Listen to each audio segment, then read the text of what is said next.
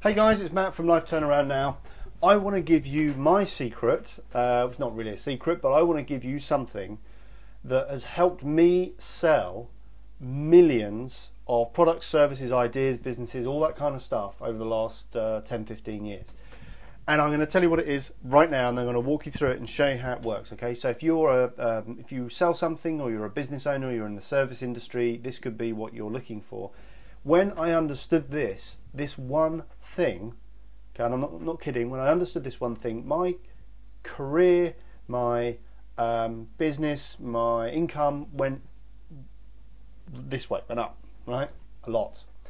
And I don't consider myself the best salesperson or business person in the world, but I know for a fact what happened to me, and I know this works. So you can see on the screen, let me load up this PowerPoint, that it's around personal development. So personal development has helped me sell millions, and I'm going to show you how, why. Let's just set the scene a little bit. So what happens in a meeting normally, and I know there can be differences, but basically, typically an hour and a half, you introduce yourself, they introduce themselves, you talk about your product, service, they ask some questions, you answer, you ask some questions, they answer, they might be interested, they might not, and it goes on from there. Or it's typically an hour and a half again, you introduce yourself, they introduce themselves, you ask questions about their requirements, not bad, they answer, you talk about how your product fits their requirements, they answer, and you go from there. Or you introduce, typically an hour and a half again, you introduce yourself, they introduce themselves, you ask questions about their requirements, they answer, you talk about your product, you start managing objections, they answer.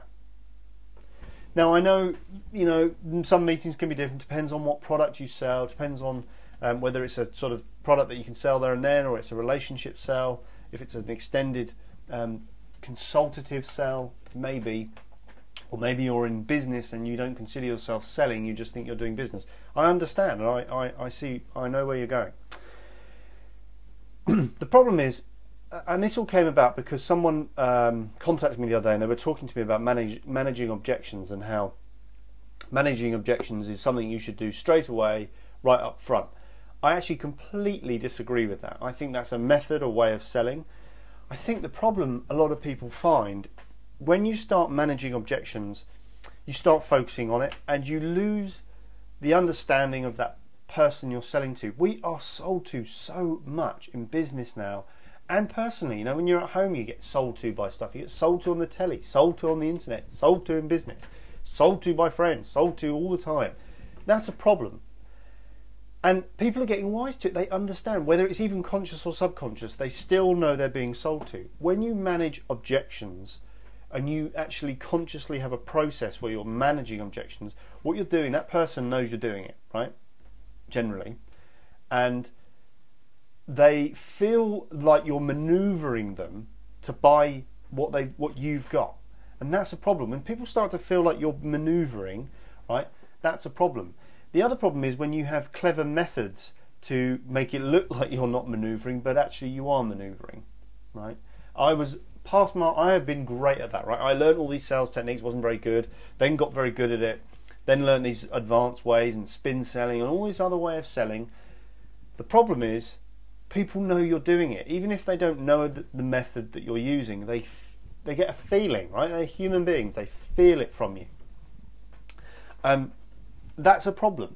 So my suggestion to you is stop trying to manage objections. Absolutely answer questions. Of course answer questions. But don't worry about managing, them from the start, or getting in there and saying, right, if I manage, and if you don't know what managing objections is, to give an example, if you've got a product, you know probably a lot of the things that person may say to make them not, they may have questions around why they can't or shouldn't buy your product. And what you do before they ask those questions is you start answering them and managing those objections, okay?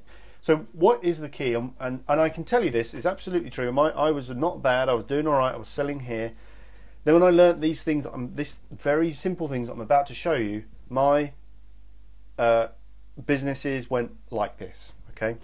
And I'm going to talk about it right now. First thing to know is, or ask yourself, what are they thinking? Again, we're not talking about what are they thinking about the objections about my product. I'm talking about what are they thinking about. Are they thinking about what they've just eaten? Are they thinking about the next meeting? Are they thinking about how they feel today? Are they thinking about what they're going to do after work? What are they thinking, right? It's not about some weird thing where you're trying to figure that out. If you start chatting to them on a person-to-person level, right, you'll understand what they're thinking. You'll understand if they're in a bad mood. You'll understand why.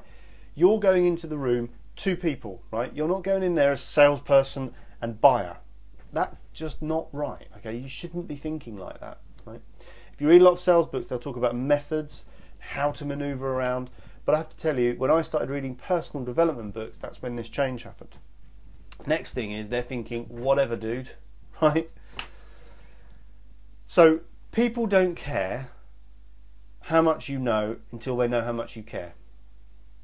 That is so true. I can't even remember who said that, but it's very, very true, and you'll see it quoted in a lot of personal development stuff. People don't care how much you know until they know how much you care. One more time. People don't care how much you know until they know how much you care. I have to keep reminding myself of that, so it's good to say it. You're in that meeting, right? They could care less. They couldn't care less if you're the foremost expert on something, if all you're doing is giving them all this stuff. I really hope, let's talk about us, right? I really hope that you don't feel that I'm trying to be the expert here and give you all this information. I hope you know that I'm doing this because I care. It takes time to do this, and I do. I care what you think too. But I hope, hopefully you know that I'm doing this because I want to give back and I want people to comment and benefit from it. So that's a key thing. People, well, I've said it enough, so you get that, right? The next thing is WIIFM. You may have heard that before. What's in it for me? That's a radio station, right? They're thinking, what's in it for me? Right? Probably not what's in it from the company. They're thinking, what's in it for me?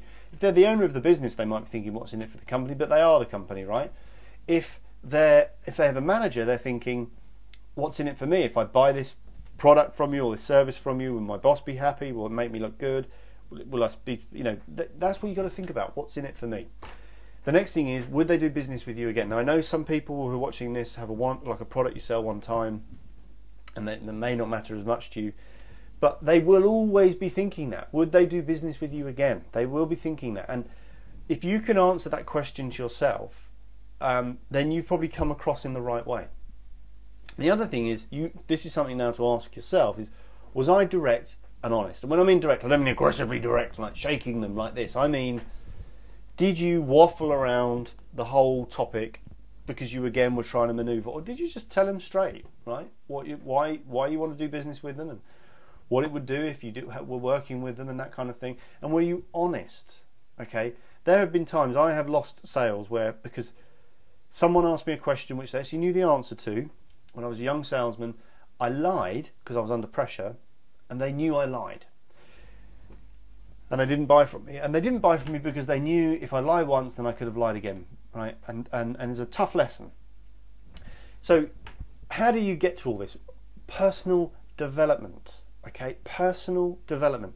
If you can go into a meeting personally developed, and that person feels you're communicating with them on the right level, they feel you understand them, they feel that you're, I'm going to use the word, a good person, and you're direct and honest, you are going to get more people buying from you. Now, I know there's people who are going to be watching this and they're going to tell me I'm wrong, and that's great, and I welcome your comments. What I would say to those people is try this instead, right? Instead of using sales methods, instead of going in there cleverly trying to do stuff, try this.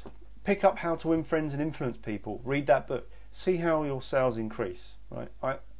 They will increase. You will get better results by being personable, by trying to understand people. Now, that doesn't mean going in there being all weird and lovey-dovey.